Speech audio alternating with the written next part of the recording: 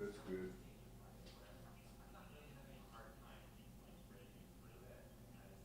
You sent that yesterday, right? Thursday, August the 2nd at 8 a.m.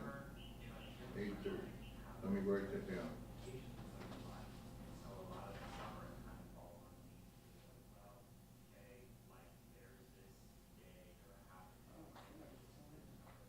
somebody's doing it. Okay, I'll be there. Oh, Thank oh you. my gosh, just little things can drive you crazy, can't they?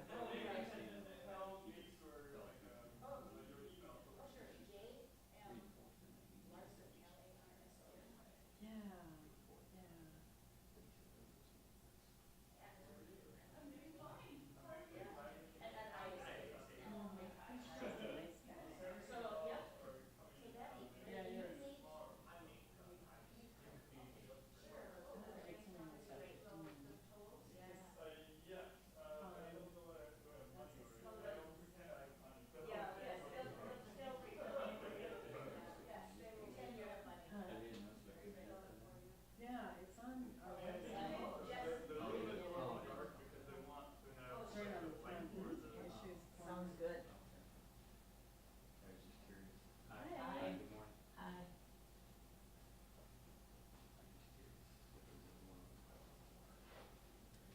That's it. You still have about 10 Yeah, minutes. sure, I can, since we're here early, I can move in. But a couple people have left. So like, Oh, my. Yeah, that's what I'm saying. Yeah, they run. I was saying.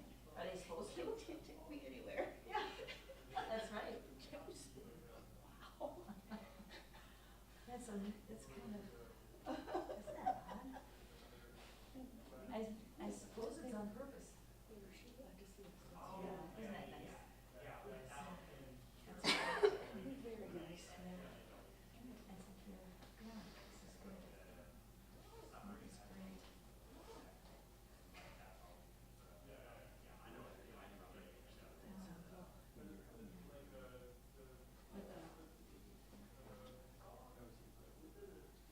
Yeah, I think, oh, yeah. Here we go. That's nice. Yeah. But you know, something like this, it's a little more formal, but, Something along those lines. yeah, Right. actually,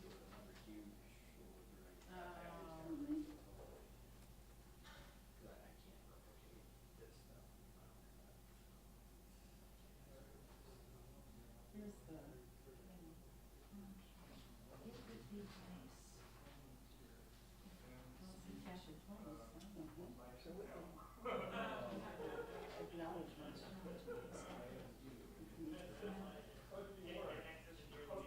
That's right down. Minnesota was saying. Yeah.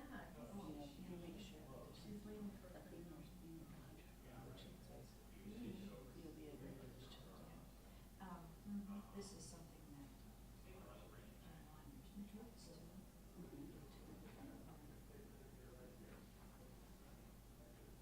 Wow, they're really taking care.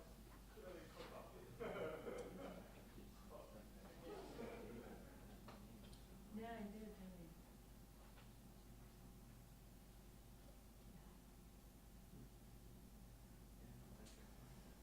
Yeah, it's right on the.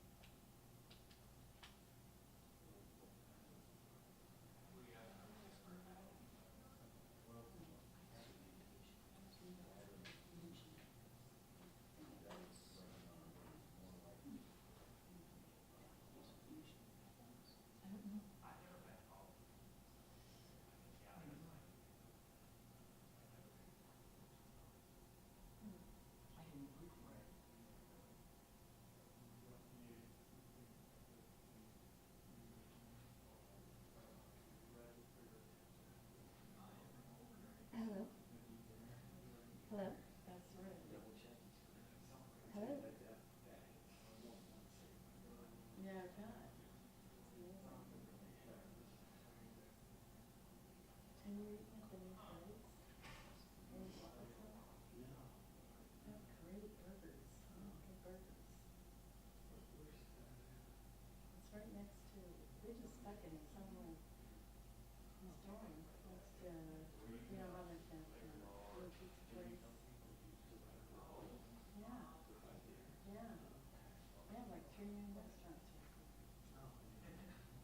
Really? I haven't paid much attention. Saw that, I was like, oh.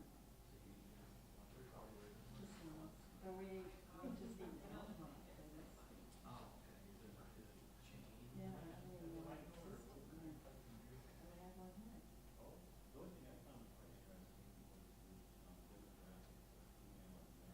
Oh, okay.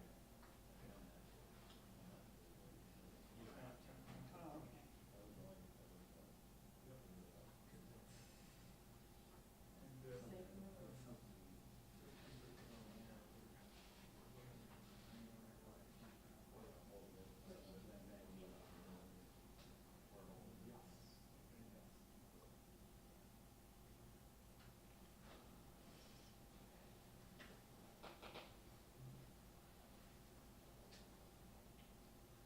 Get closer.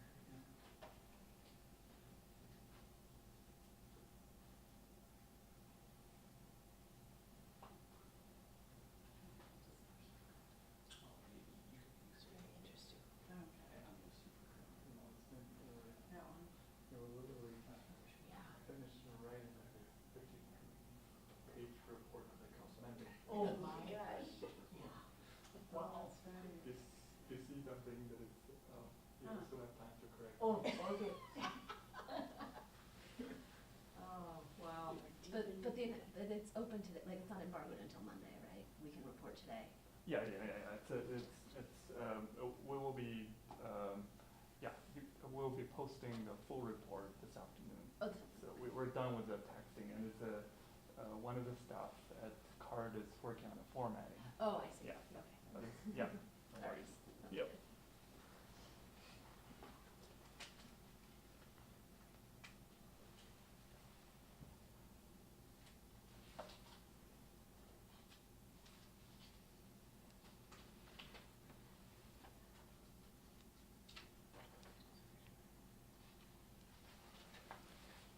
And we wrote something about the,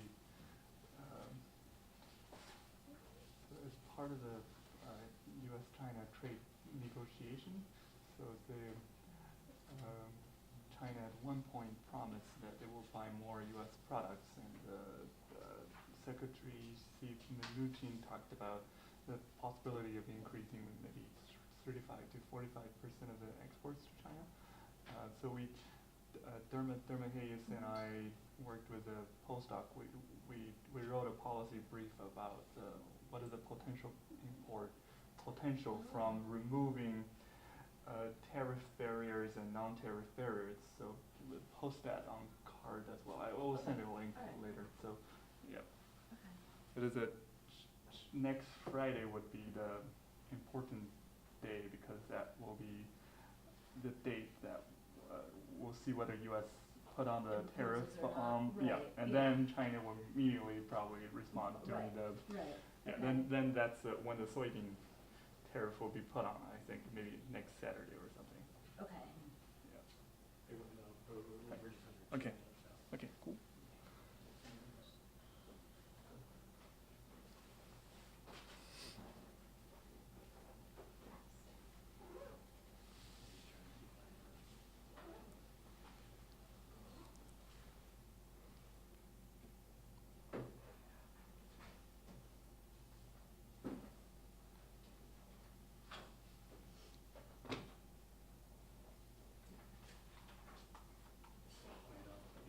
We'll start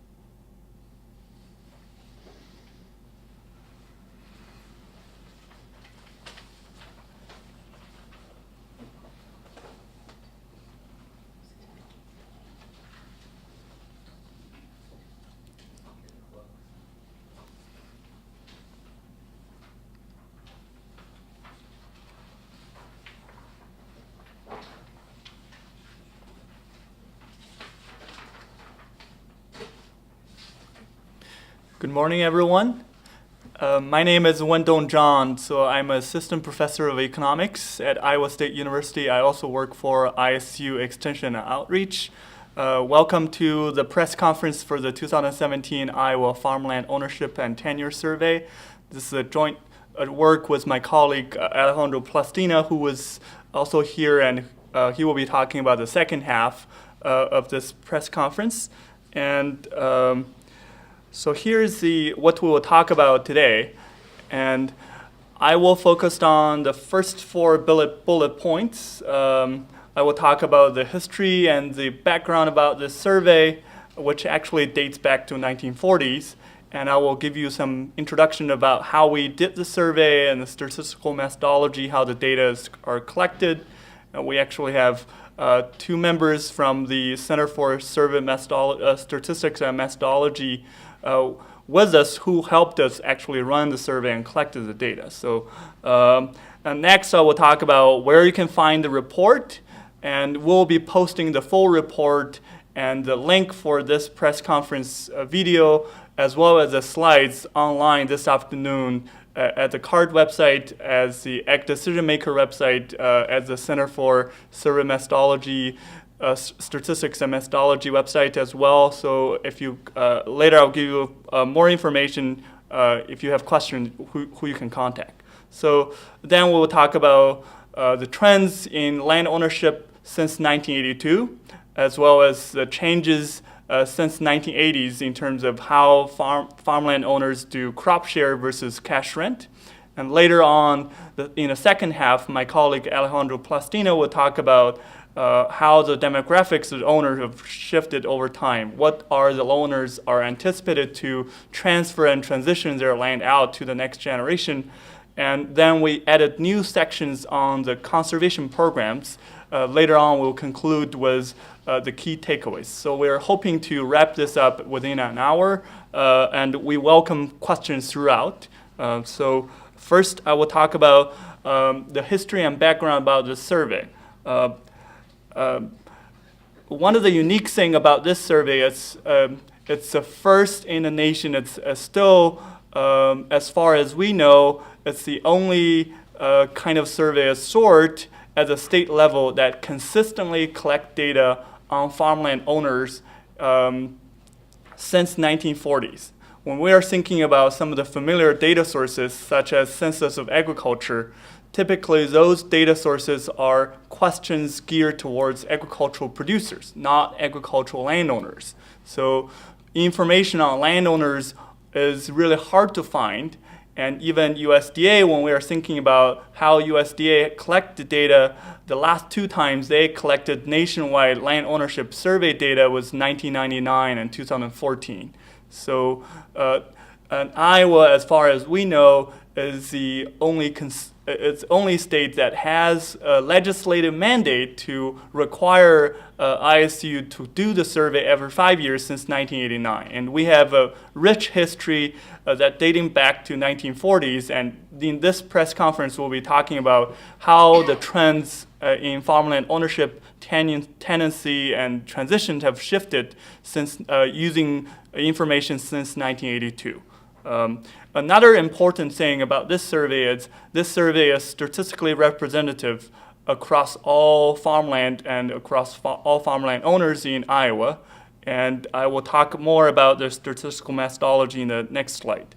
And so thanks with help, tremendous help from Center for Survey Statistics and Methodology at ISU, that we conducted the survey every 5 years. The question is geared towards landowners, so we are doing this through statistically, scientifically drawn sample, which is randomly selected about 700 parcels across the state. We selected a 40-acre parcel that is randomly distributed across the state that was used since the 1980s. So it's in some way this is the area-based sampling, and then we contact the county auditors to figure out who the landowners are, and then the trend specialist and interviewers will contact those landowners to conduct a telephone survey. So this survey is conducted via telephone, and we got amazing response rate. So this year we got 68%. So we got about 535 owners responded among all the about 780 owners who control agricultural parcel. Okay. One of the interesting thing is through this survey, because we're doing this using a scientific two-way aerial sampling design, that we have the acre weights and owner weights that we can present the results in terms of both percent of land in Iowa. So we can say things like how many land, what is the share of land in percentage are owned by owner above certain age threshold, or how many of the land are owned by in a form of trust. So I will present most of the results you see in this report, as well as in this press conference, will be in a metric of percent of land. But we also have the capacity to express results in terms of percent of landowners. But unless otherwise noted, most of the results will be presented in percent of land. So down below at the slides, this shows what kind of question we ask. So specifically, we ask the owner, as of July 1st, 2017, how many acres of Iowa farmland were owned by you as the same ownership type that you own the 40-acre parcel we selected in the aerial sampling design. So we first figure out, say we find one of the 40-acre parcel, then we figure out that John Doe owned this land. Then he may own another 200 acres in the same county or in another county in Iowa in the same fashion. So say it's all sole ownership. Then what we ask is, as of July 1st, how many acres you own, how many acres of Iowa land you own as a sole ownership. Then a lot of the question will be in this fashion. Then we're using the statistical weight to figure out some of the findings about this. And as part of the report, the appendix A and B has more details in terms of the statistical design as well as the full questionnaire as part of the full report. So what is new in 2017? Thanks to many of the founders, we actually applied for 2 grants. So Alejandra and I applied for 2 grants, so we were able to add new questions. One of the things was the help from Iowa Nutrient Research Center. We're adding a new section on the role of land tenure related to conservation. So how the landowner know what our key conservation practices are adopted on their land. Are those on their own land versus land rented out to others? What is the current enrollment in terms of the conservation program? We also gauge interest about whether they're willing to pay a portion of the cost to adopt certain conservation practices.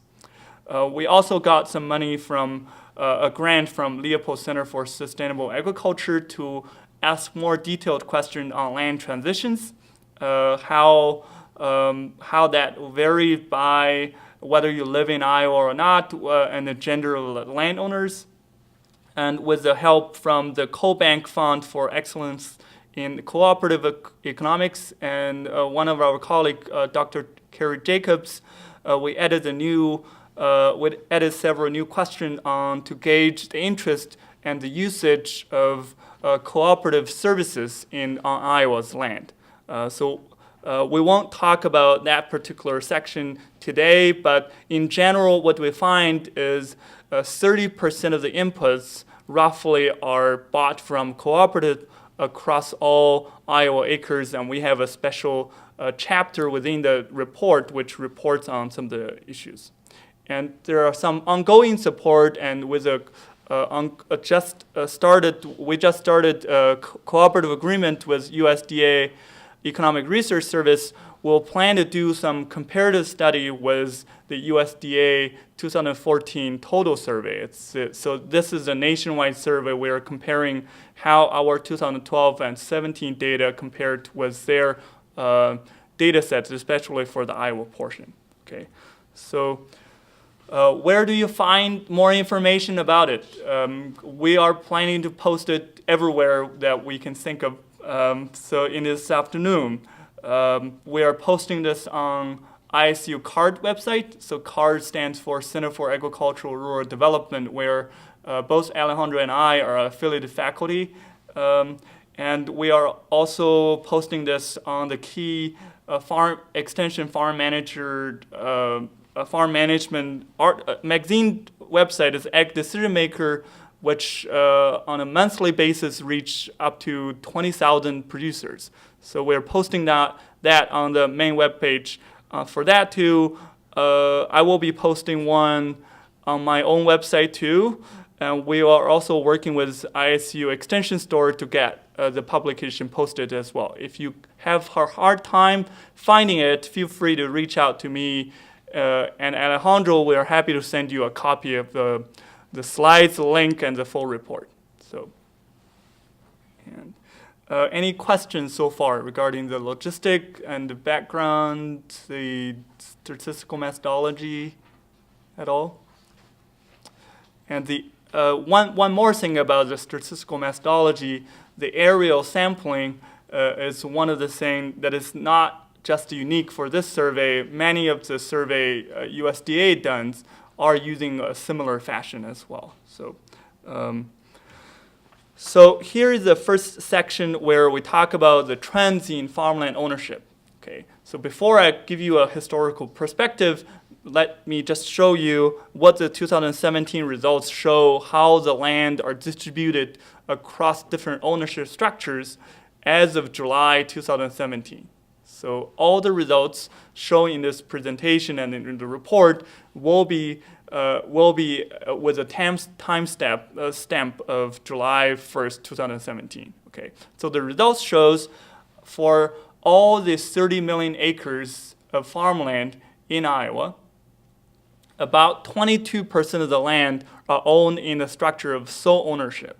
Okay, another 28% are a joint tenancy, which is often between a spouse, husband and wife, and 8% are tenancy in common or other sort of co-ownership structure. Likely, you can think about this if you're three siblings own the land, and often this is owned as in tenancy in common. We also have 3% of the land in partnership, which includes limited partnership and other types of the partnerships as well. But 20% of the land are owned in the form of trust. So and 10% in corporations. I want to make a note that this cooperation is not what you typically think about. This is not the Apple and Microsoft type of cooperation. So the farmers can create one of the Farmer A cooperation. Later on, we will show you that 55% of all the land owned in a form of cooperation actually are owner-operator. So there is just another way of ownership for mainly tax planning and estate planning purposes. Okay. So we also have 5% of the land in LLC as well. So it's hard to just look at this figure and figure out what is the historical trend. So if you look at how things have changed over time, that is give you more information. Let's focus on the orange bar, which represents the share of the land owned by Iowa farmland owners in the form of trust. So in 1982, you can hardly see the orange slices, which means that in 1982, only roughly 1% of the land are owned in a form of trust. Now the percent is 20%. It's 1/5 of all 30 million acres in Iowa, so there's a significant increase. One of the main reasons is when you're thinking about the trust, a lot of those trusts are known as what is known as revocable trust. So that can be changed to another form. And typically, to 2/3 of the trust are revocable trust, and typically they last for the lifetime of the owner who set it up, or the lifetime of the beneficiary tends to be the kids or grandkids of the current owner. So it's mainly used for tax planning, estate planning, transition planning purposes, not necessarily will be put in that in forever. But there's also a slice of that is irrevocable trust that you can think of, that the landowner want to keep the land in a certain land use format. So I want to specify this land will always be in agriculture, so you can have some stipulations like that. Right? So that's one of the increases. Another increase is we see there's an increase in terms of corporations. So over time, if you combine trust and corporation, what do you see that is declining? The declining is sole owners and joint tenancy. So over time, there's a gradual movement moving away from more individual ownership, especially sole owners, to a more institutionalized ownership in terms of trust and corporation, precisely because now we have seen that since 1980s, the farmland prices has increased significantly. Now this is a major high value assets that you need to manage for tax purposes, for estate planning purposes. So a lot of people are actually having a mix of ownership structures. Okay. So when you're thinking about, okay, so the slides froze a little bit. Use the number on the right-hand corner. Yeah, so there's a, So you track that. can you, sorry. So, but I can talk about some of the, how the land ownership changed over time.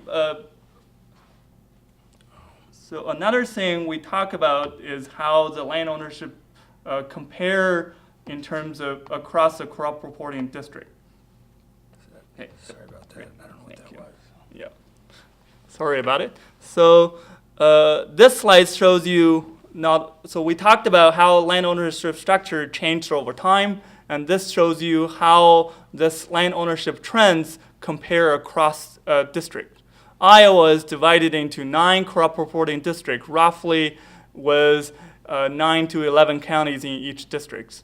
So you can think about your northwest corner would be all these counties are in the northwest district. So, in this table on the left, I have the ownership structure with a number attached to it. That's the state average distribution. It's the same number I showed you earlier. 22% of the land across Iowa are owned in terms of sole ownership. What is shown on the right is how this land is distributed across within the district. So northwest Iowa has 13% of all land in Iowa. For that land, 21% of the land are owned in a form of sole ownership. So it's very similar to the state average. So for now, I want you to focus on what is green highlighted things that shows a different pattern compared to the state average. For example, in northeast Iowa, rather than having 28% of the land owned as in a form of joint tenancy as the state average, we see 40% of the land in northeast Iowa are in a form of joint tenancy.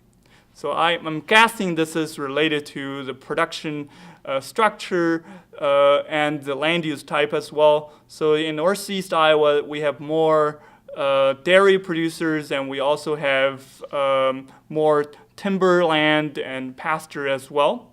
So when you're thinking about in west central and southwest, rather than having 20% of the land in trust, we have close to or even above 30%.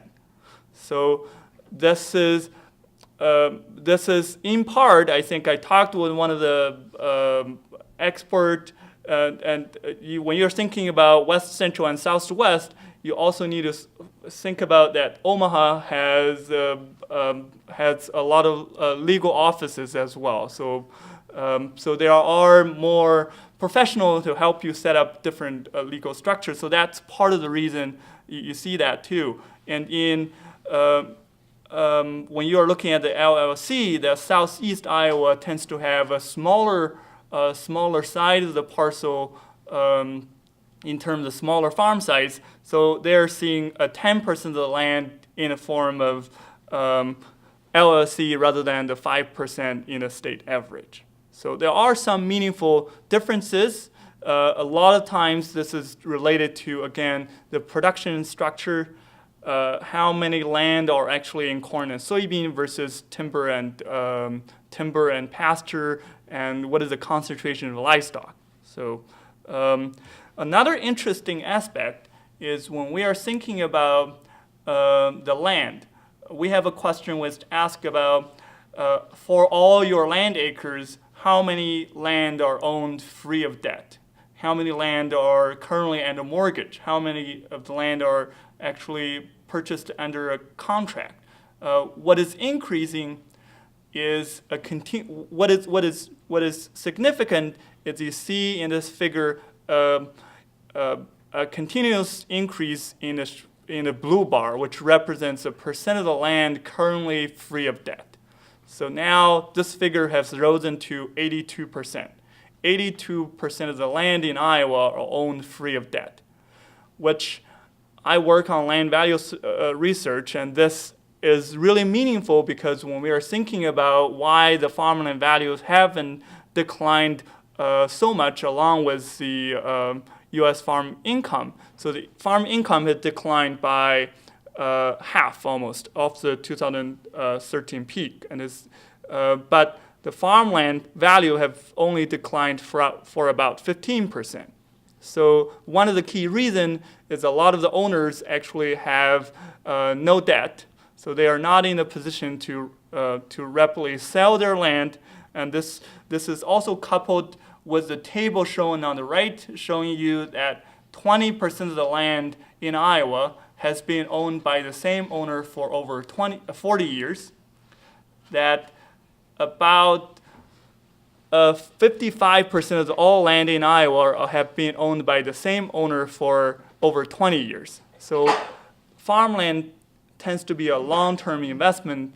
Not a whole lot of people are flipping farmland. So you see a very low turnover, and the limited land supply tends to support the higher land values, which is in some way, it's also provided some buffer because we are currently in a farm downturn facing financial stress. On the left, it shows you that the financing and the debt situation is not the same across different age groups. When you're moving from younger cohorts to more senior landowners, you see the percent of land that is owned debt-free increase dramatically. Later on, Alejandro will talk with you that the land owned by owner who are 35 or less is actually very, very small. I think less than 2%. And so increasingly, we see more land concentrated for owner who are over 65 or 75, and they tends to be more. They tends to have more assets already paid off. Okay. So that's the farmland ownership trends. Any questions so far? Nope. So then the next section I want to talk about the trends in leasing. So we have talked about how the land are distributed across different owner structures. This shows you how the land are distributed across tenancy. Whether the owner is currently operating it, that's the 47% is controlled by the owner. Either they operate it themselves or it's custom farmed, mainly via help of a farm manager, or it's rented out. So one of the number I want you to remember is 53% of all land in Iowa are rented out to others, and with only 9% rented out using a crop share. So for all the leased land, cash rent tends to be the dominant method. So especially over time, we see an increase in both fixed cash rent and flexible cash rent. Flexible cash rent is some sort of a combination of, you can think of a combination of a fixed cash rent and crop share. Okay. So over time, this shows you for all the leased land. So for 2017, we're talking about the 53% of the all acres that is rented out. For all these leased acres, the blue bar represents a share that is rented out in the form of cash rent, either as fixed cash rent or flexible cash rent. So it's dramatically increasing over time.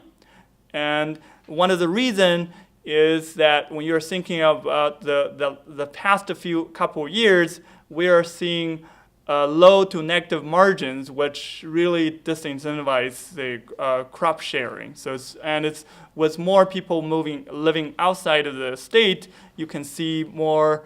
It's easier to remember a dollar amount rather than a division of the inputs and yields and things like those, right? So, and in this one, we also see a difference in terms of leasing relationship. What is more interesting to me is the bottom line here is the percent of the farmland leased out. So the more blue you see is the higher the percent of the land that is rented out to others compared to the state average. On average, we see those are concentrated in northwest Iowa, north central Iowa. That's if you're familiar with Iowa agriculture, this is where the Des Moines lobes, the better soil quality are. So in general, you see for counties or districts with higher land quality, there tends to have higher interest of people renting land, and you see more land rented out. Okay, and there are some differences across the district in terms of how the lease term is structured.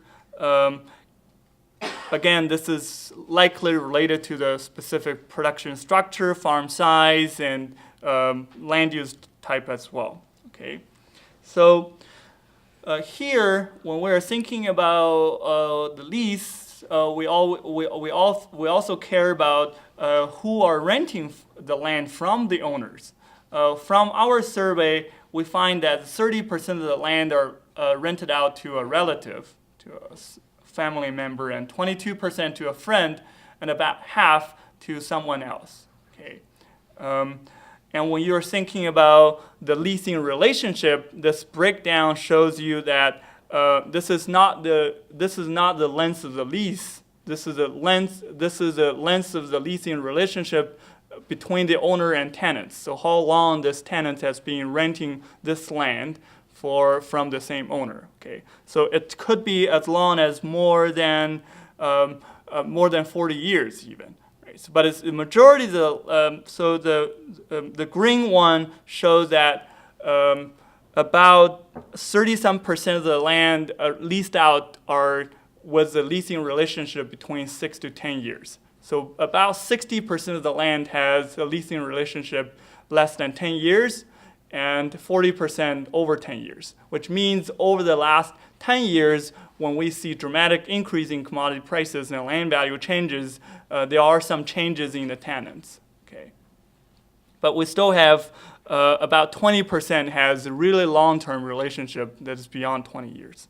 Okay, so our survey also allows us to investigate how the land is distributed based on how the ownership structure. So this gives you the same, the breakdown between ownership type and the leasing choices. On the right, it shows you that still the 20% of the land, 22% of the land in Iowa are owned as a sole ownership. But for the three columns, it shows you how these land are distributed across owner-operated, cash rented out, and crop share. Focused on, let's look at the cooperation number I told you earlier. 55% of the land owned in the form of cooperation actually are operated by the owners. So they're likely as a John Doe farm, so it's a farmer A corporation or something like that, right? So, but what's interesting is when you're looking at the trust. Again, trust accounts for 1/5 of all land in Iowa. 61% of all land owned in the form of trust are cash rented out to others. So the ownership structure does matters, and why people are choosing certain structure are also determining what kind of leasing and tenancy choices they're making. Okay, and consistently that for joint tenancy you have way higher percent of the land that is currently owner operated. So those are often joint tenancy between spouse. Okay, so Alejandro will talk about the demographics, but I want to point out that the demographics matters in terms of how they do the leasing choices as well. So when you're thinking about the age of owners, Alejandro will give you more details, but even when you're thinking about the behavior for this late stage owners versus really young owners, for landowner who are 75 or above, over 70% of the land are rented out to others in a majority of a cash rent. But if you think about the 27% that are still operated, that's a significant amount of the land because they control over a third of the total land acres in Iowa. So even the 27% seems low in terms of percentage, but in terms of acreage, it's fairly high. But when you're thinking about the owner who are 25 to 34, 70% of the land owned by them are owner-operated. So over time, we do see a decline of gradually retirement or from the farming as a landowner age, but still a significant share of the land are owned by late-stage landowners, and they are still a fair amount of are still operating. And next, Alejandro will take over and talk more about the demographics, the land transitions, as well as the conservation practice. So, thank you. Thank you, Wendong. Good morning. I'm Alejandro Plastina. I'm assistant professor with the Department of Economics, and I'm also an extension economist. And let's talk about the demographics of landowners here. It's clear from this chart that the landowners are becoming older and older through time. You see the red area indicates the percent of land owned by people 75 years old or older. The orange area indicates the percentage of land owned by people between 65 and 74 years old. And that has increased substantially through time to reach 60% when we consider those two categories together by 2017. And of course, the categories that decreased the most were those of landowners younger than 35 years old. But it's also interesting to look not just at acreage, but also the relationship between the percentage of acres owned by age cohort and the share of total owners they represent in Iowa.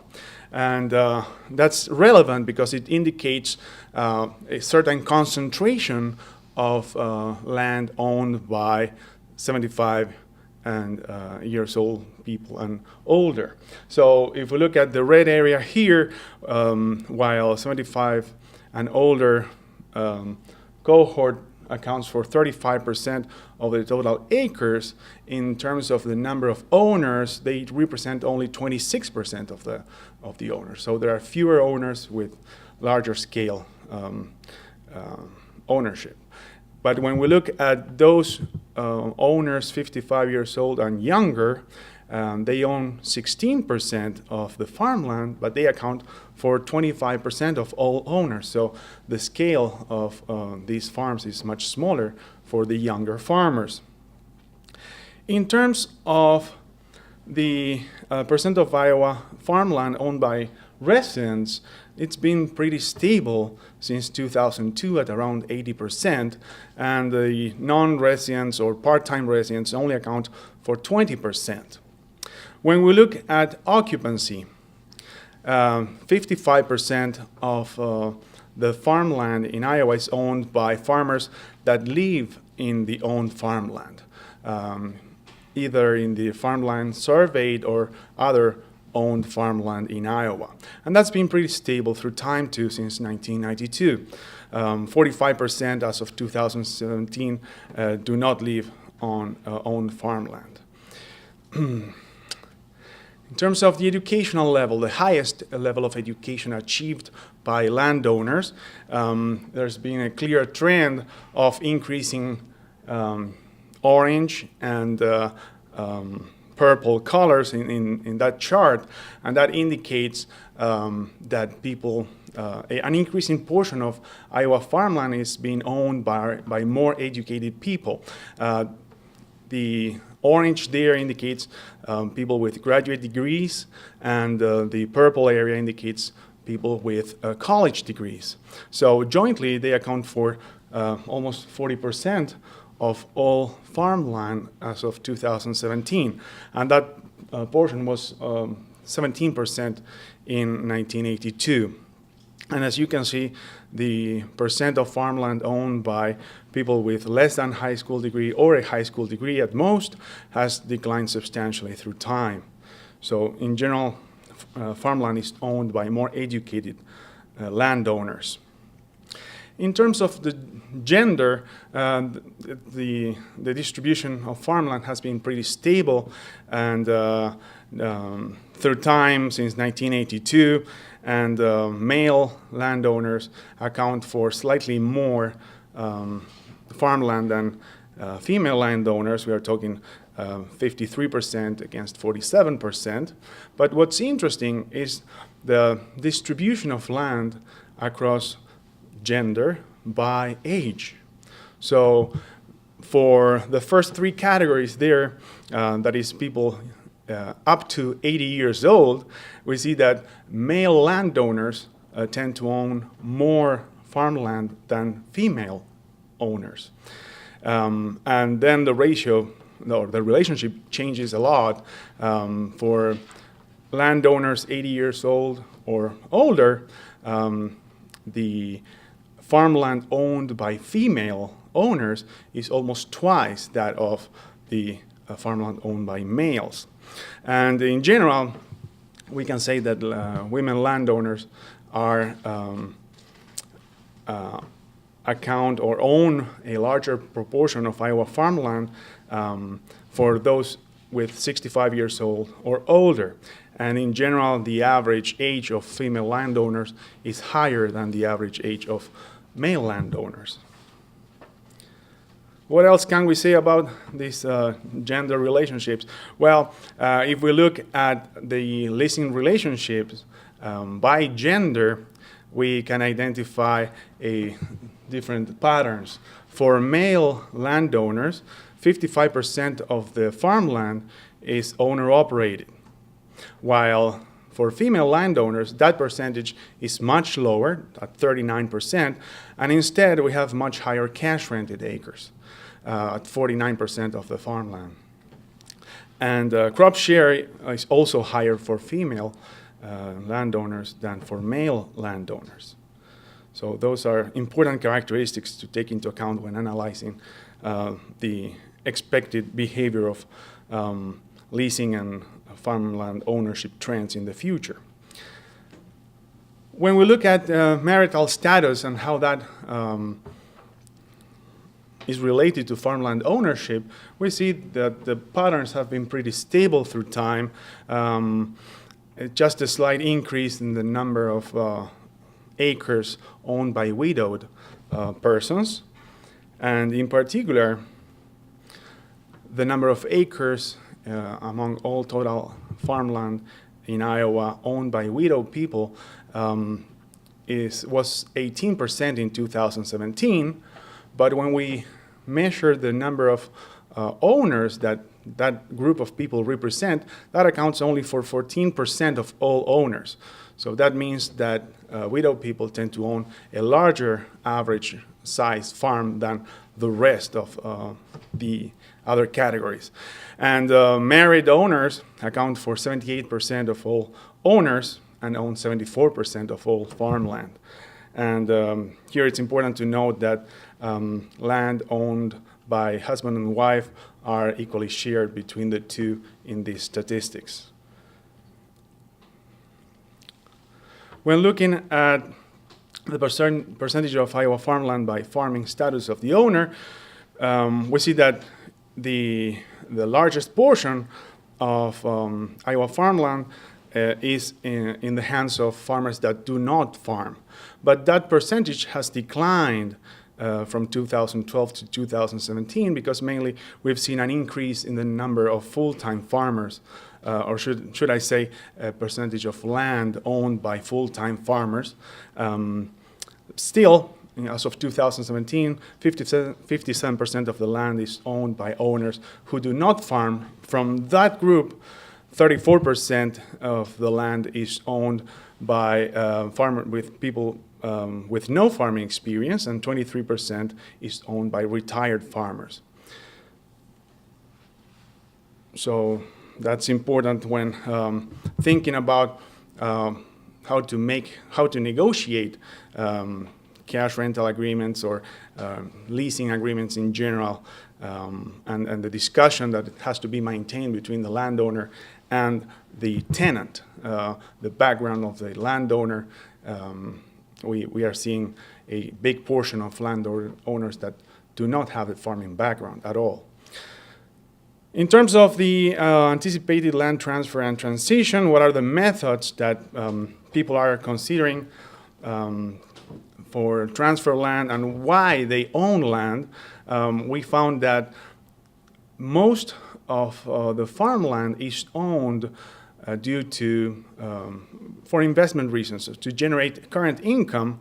In 2017, the portion of farmland owned by landowners who keep that farm to generate current income was 49%. That was the top reason. But if we compare that number to the 2012 number, it's declined substantially from 66% to 49%. The second reason, both in 2012 and 2017, was owning land for family or sentimental reasons, and that percentage has gone up from 22% to 29%. The third reason is long-term investment, and that was stable at 19%. We still find interesting differences across age cohorts, and for example, the age cohort from 35 to 65 years old show that most of them, or most of the land owned by that group of people, is owned for current income, while the relevance of family or sentimental reasons is much higher for those in the older categories, 65 and more. Now, how do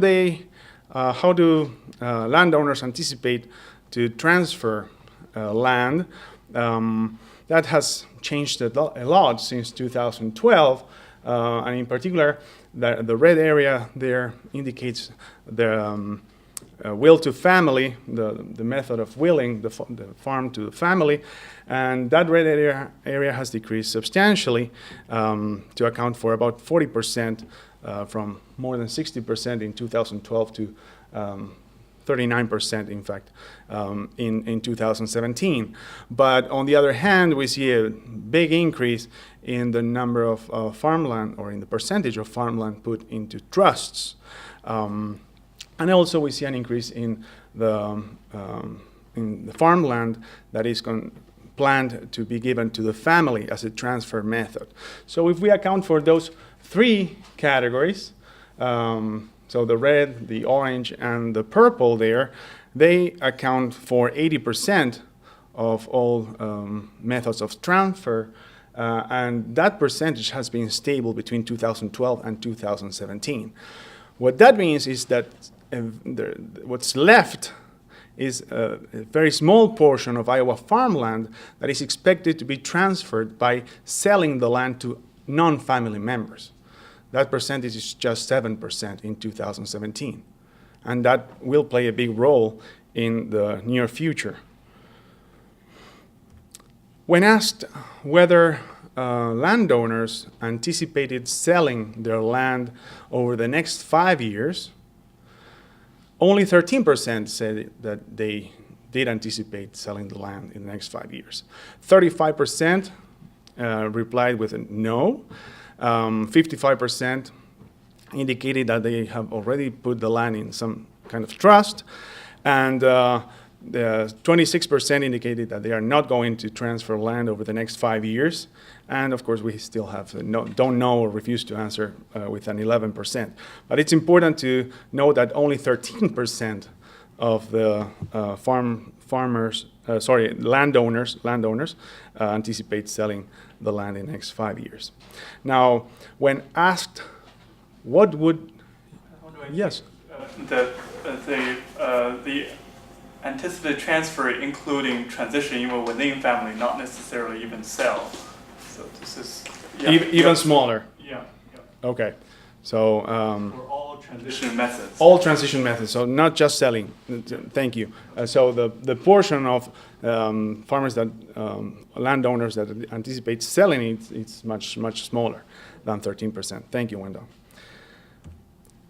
When asked what would prompt landowners to sell their land in 2017, we learned that there's a big dark gray area there that's 69% of the pie, and that's representing landowners not planning to sell their land.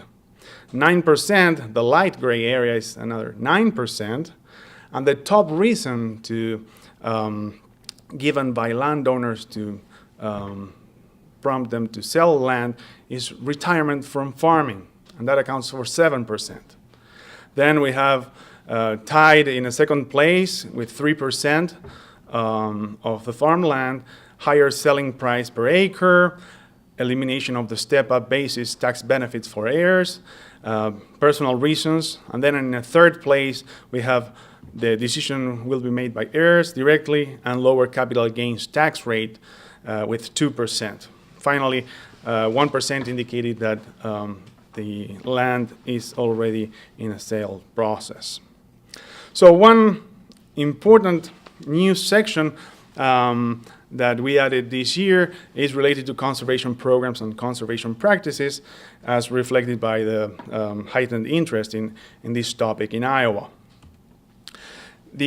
What we found, and these are the key findings, we have more details in the report, but what we found was that among all Iowa farmland, the percent of land that is in no-till practices accounts for 27%.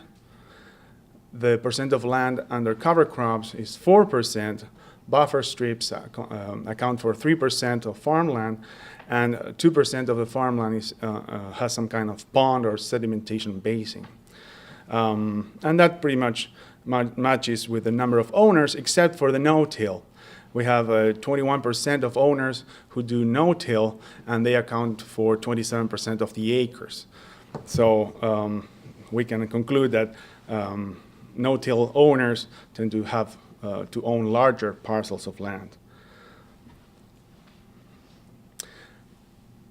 So one of the questions is, since we want to improve, to enhance or promote the adoption of conservation practices, and we have the Iowa Reduction Strategy supporting this idea of promoting conservation practices, we asked in the survey what would actually what are the landowners willing to do in order to enhance the adoption of conservation practices, cover crops in particular. And so we asked whether they were willing to pay for a portion of the cost to plant cover crops. 20% said that they would do that. 25% said that definitely no, maybe 16%. When asked about whether they would lower the rent for those tenants who plant cover crops, 10% said that they are willing to do that, 7% said that they were not willing to do that, and 1% maybe. When the third option was not lowering the rent or paying for part of the cost, but increasing the length of the lease to tenants who use cover crops, and 5% said that they are willing to do that, 9% said that they are not willing to change that, and 3% maybe. So if from this survey we learned that probably a cost share agreement between landowner and tenant might work to some extent to promote the adoption of more cover crop acres. And of course that is not stable across the different regions in the state or within across practices. In particular, we see that the percent of land in conservation practices varies a lot by across districts and across conservation practices. For no-till, we got the Southwest district and the West Central districts with the highest concentration of no-till practices. The Southeast is the highest concentration of cover crops, and the buffer strips are mostly used in North Central and Northeast districts, and ponds and sediment basins are mostly used in South Central Iowa. So it's important to keep in mind the distribution of these, the regional distribution of these conservation practices. Finally, we asked what kind of policy changes would induce landowners to increase the adoption of some conservation acreage or conservation practices. So we presented them, landowners, with three options. For the first one was to eliminate, or to take out of the calculation of the estate tax that land put into conservation practices. So basically reduce the estate tax by taking conservation area in conservation practices out of the calculation. That's the first column there, and we had a ranking from not at all likely to very likely. And you can see that 27% of the landowners said that they are not at all likely to increase their conservation practices if that was given as an offer, that policy change was offered to them. We also asked about a tax-free cost share with landowners, and in this case there's more sensitivity to that policy change, that potential policy change. In fact, we had 21% of the owners who said that they are very likely to increase conservation acreage if they are offered free, tax-free cost share for those conservation practices, and 15% that are somewhat likely. And of course, we still have 24% that said that they are not likely at all to increase conservation acreage with cost shares. The third option was to potentially potentially increase the tax credits associated with the adoption of a conservation practice. And in this case, the percentage of landowners willing to increase the conservation acreage actually goes up by quite a bit. 24% of landowners said that they are very likely to do so. 21% said that they are somewhat likely, and the percentage of those landowners that are not at all likely declined substantially to 16% when compared to the other categories. So I think that's very valuable information for policy analysis coming out of this survey. Now, to summarize, and before we open the floor for more questions, let's refresh some concepts that we saw through Wen-Dong's part of the presentation and my part of the presentation. So what are the key takeaways here? Well, first of all, 82% of Iowa land is owned debt-free. So that has a huge impact on the resilience of the ag sector for those that operate their own land. 60% of land is owned by owners 65 years old and older. 1/3 of land is owned by 75-year-old owners or older. And 13% of land is owned by women landowner 80 years old or older. Ownership continues to shift away from sole ownership to trusts and corporations. 53% of the land is rented out, and mainly through cash rent agreements. 34% of the land is owned by landlords with no farming experience. I should say landowners, not just landlords, landowners with no farming experience. And 23% of the land is owned by retired farmers who currently do not farm.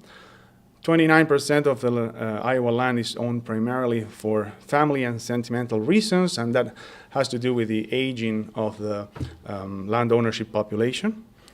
And 4% of the land in Iowa is put into cover crops. 20% of the owners are willing to pay for a portion of the planting cost to actually enhance the adoption of cover crops statewide. So those are the key takeaways. We have many more details in the final report. And at this point, I want to thank all of you for this opportunity to deliver these key takeaways and open the floor for questions. Yes. In the slide where you talked about what percentage of people would pay part of cover crops with cost share or lower rent for tenancies, with the cover crops one, how come if you ask a yes, no, maybe question, the totals are for the second and third columns so far away from 100% response? So there are people who said they don't know or didn't answer. So this is just the percent of people who responded to the question. So yep. Any other questions?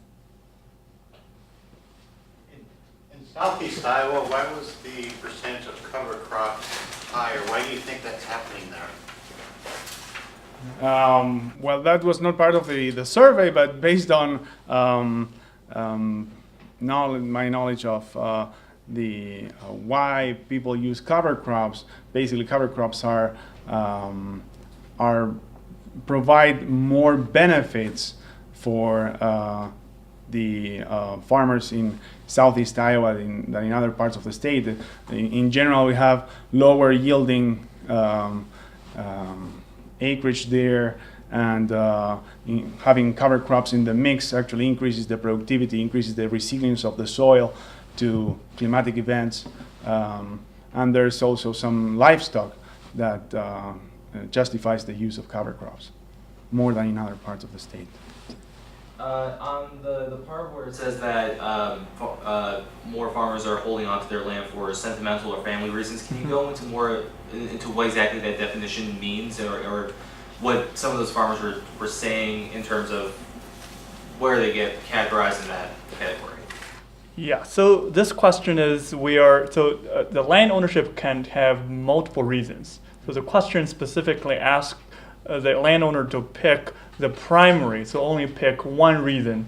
So one primary reason to own land. So each owner will actually pick one reason. Then we're looking at how much land that particular owner has. Then we created these statistics by looking into those.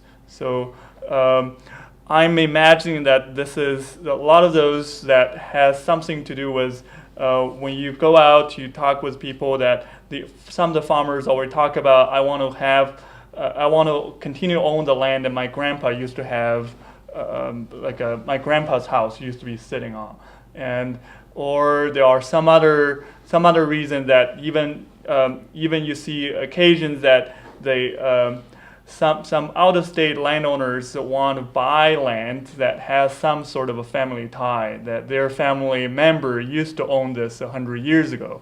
But what Alejandro talked about, that I think this is a concurrent with the continuing aging of the landowner, and the fact that a lot of people are owning the land for debt-free, so they don't necessarily need the land for current income. So that is also driving some of the reasons as well. So, yeah. What do you guys understand about why people are no longer thinking about passing down through direct will to family, and instead we're seeing the increasing in trusts? Are those two directly related, do you know?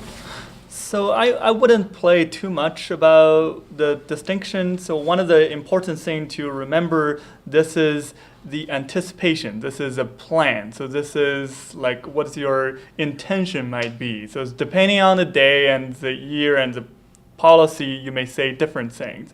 One of the research questions we're trying to do is we actually have data that goes back systematically to history, and we can evaluate how the intentions line up with actual transfers, actual transition plans. But in general, I think it's probably more important to focus on maybe the percent of the land that is that they plan to sell to others. So consistently, less than 10% of the land, the owner are saying that they plan to sell to others. And when you are coupling this with how many, so among those, I think only maybe 20, only a fourth of that, within that category, they plan to do the transfer within the next 5 years. So I think those statistics are more consistent. And when you're looking at where the land are typically bought, 55% of them are from estates. So people are transitioning within family, and another 15-20% are from retired farmers, right? So that is also consistent. So I think the breakdown between the specific intentions may not be that different, but there is a growing interest in trust, a lot of times due to the tax planning benefits, I'm guessing. So.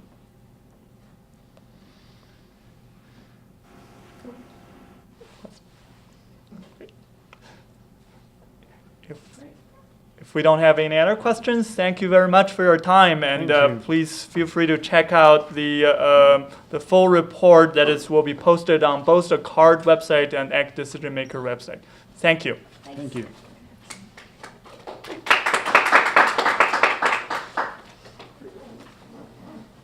Thank you very much for coming. Thank you. Thank you for the questions. Yeah. Nice to meet you.